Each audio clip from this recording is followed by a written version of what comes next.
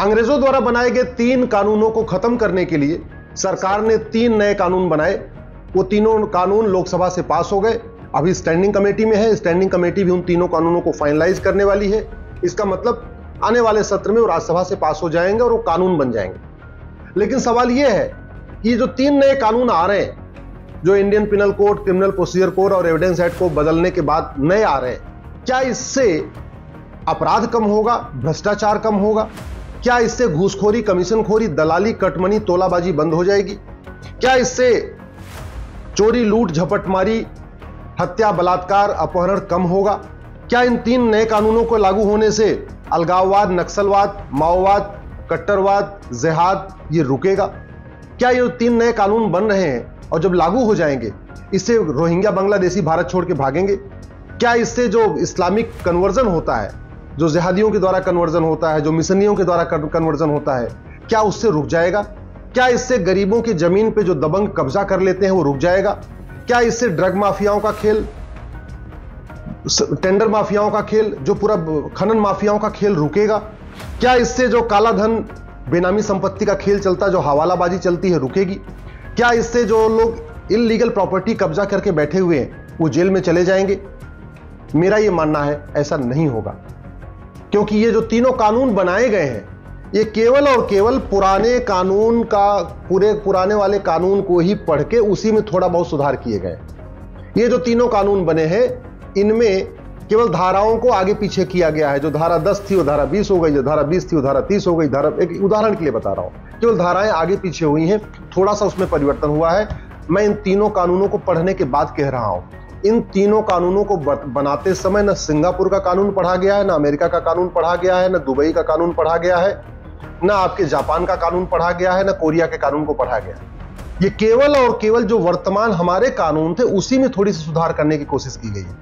तो एक तरीके से ये मैं कह सकता हूं कि ये तीनों कानून नई बोतल में पुरानी शराब है। इससे जस्टिस विद इन ईयर नहीं होगा, इससे 1 साल के अंदर मुकदमों का फैसला नहीं होगा, इससे 1 महीने के अंदर जांच नहीं पूरी होगी। उसके लिए आपको रिफॉर्म करना पड़ेगा। मैं बार बार कहता हूं, ये मेरे हाथ में फेडरल पिनल कोड है अमेरिका का। ऐसा कानून हम भारत में क्यों नहीं बना रहे? हम क्यों अभी भी कानूनों का मकड़जाल बनाए रखे हुए हैं? ये 3 नए कानून जो बन जाएंगे, इसके बावजूद भी घूसखोरी का अलग कानून चलेगा, जमाखोरी का अलग चलेगा, मिलावटखोरी का अलग चलेगा, कालाबाजारी का अलग चलेगा, नशा तस्करी का अलग चलेगा, मानव तस्करी का अलग चलेगा, बलात्कार का अलग कानून चलता रहेगा। इन तीनों कानूनों को बनने के बाद भी आतंकवाद का एक नया कानून चलता रहेगा। इन तीनों कानून को बनने के बाद भी जो घटतौली नक्काली होती उसका अलग कानून चलता रहेगा। ये कानूनों का जब तक मकर जाल चलेगा तब तक जस्टिस विद इन ईयर नहीं हो सकता, तब तक 1 घंटे के अंदर FIR, 1 महीने की जांच और 1 साल के अंदर फैसला नहीं हो सकता। पहली बात तो जो 3 कानून बनाए गए हैं इसमें भी झूठ पकड़ने के लिए कोई व्यवस्था नहीं किया गया।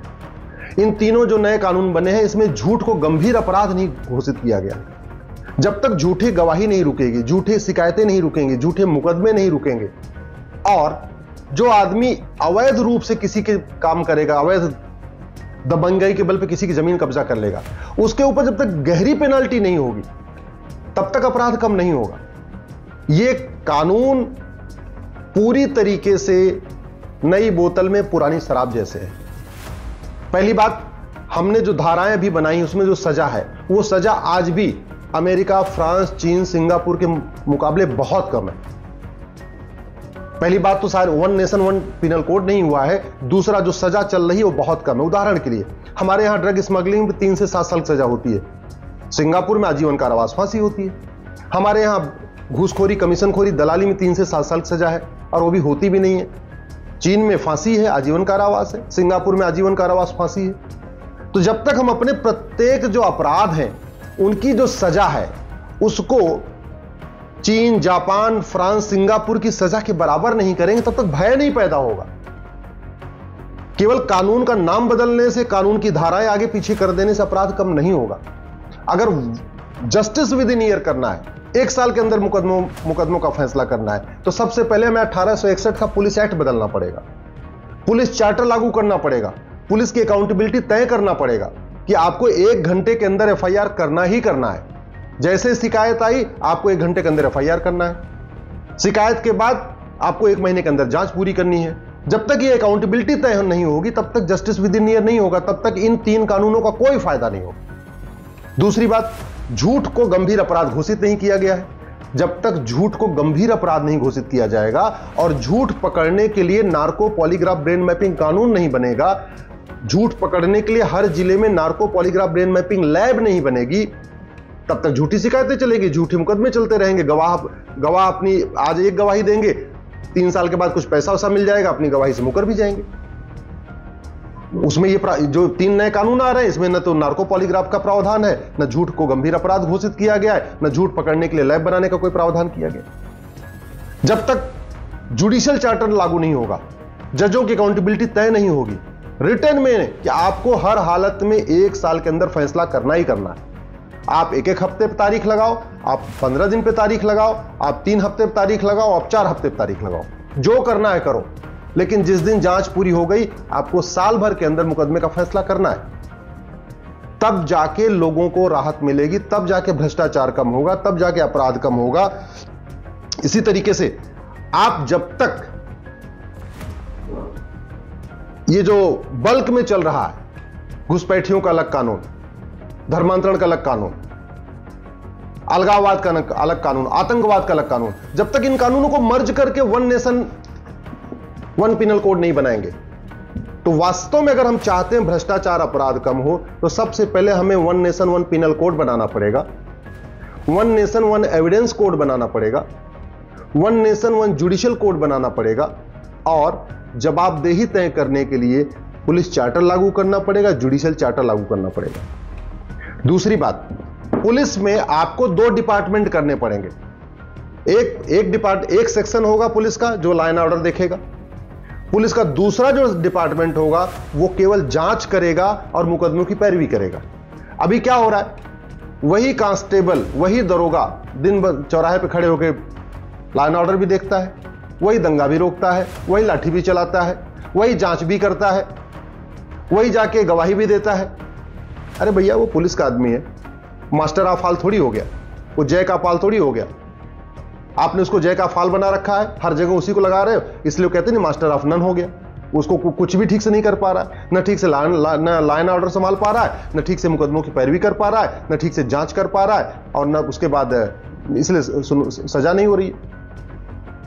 तीसरी बात, आपको पुलिस चार्टर में स्पेसिफिक लिखना पड़ेगा कि जिसकी झूठी जांच हुई, जिसकी गलत जांच के बाद आदमी अगर बरी होगा उसको दंड मिलेगा।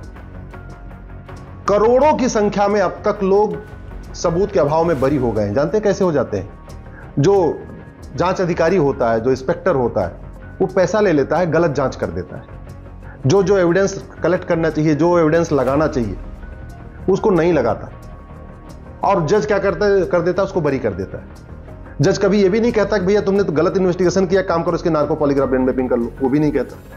तो गलत जांच करने पे भी कठोर दंड का प्रावधान रखना पड़ेगा। जिसकी जांच में लगातार आदमी बाइज्जत बरी हो रहा हो, मान लो पूरे कैरियर में 4 बार उसकी जांच में बाइज्जत बरी हो गया, तो उसको आपको सस्पेंड करना पड़ेगा, उसको टर्मिनेट करना पड़ेगा। इसी तरीके से जो डिस्ट्रिक्ट जज है, जो बार बार बाइज्जत बरी कर रहे हो और हाई कोर्ट उनको बार बार सजा दे रहा हो या सुप्रीम कोर्ट बार बार सजा दे रहा हो, तो उनके लिए भी कुछ आपको दंड की व्यवस्था करनी पड़ेगी। ऐसा कैसे जज है कि वो बाइज्जत बरी कर देता है, बाद में उसको हाई कोर्ट आजीवन कारावास कर देता है? तो कानून को क्रिस्टल क्लियर बनाना पड़ेगा।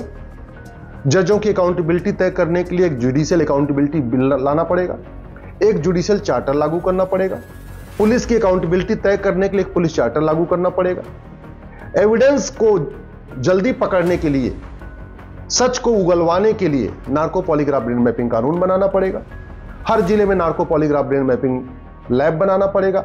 तब जाके जस्टिस विद इन ईयर होगा, तब जाके भ्रष्टाचार कम होगा, अपराध कम होगा, अपहरण कम होगा, तब जाके घुसपैठ और धर्मांतरण कम होगा। अन्यथा इन 3 कानूनों का कोई लाभ नहीं मिलेगा। मैं फिर से रिपीट कर रहा हूं, माननीय प्रधानमंत्री से निवेदन करता हूं, एक बार इस मामले में गंभीरता के साथ विचार करें। माननीय गृह मंत्री से निवेदन करता हूं कि इस मामले पर गंभीरता से विचार करें।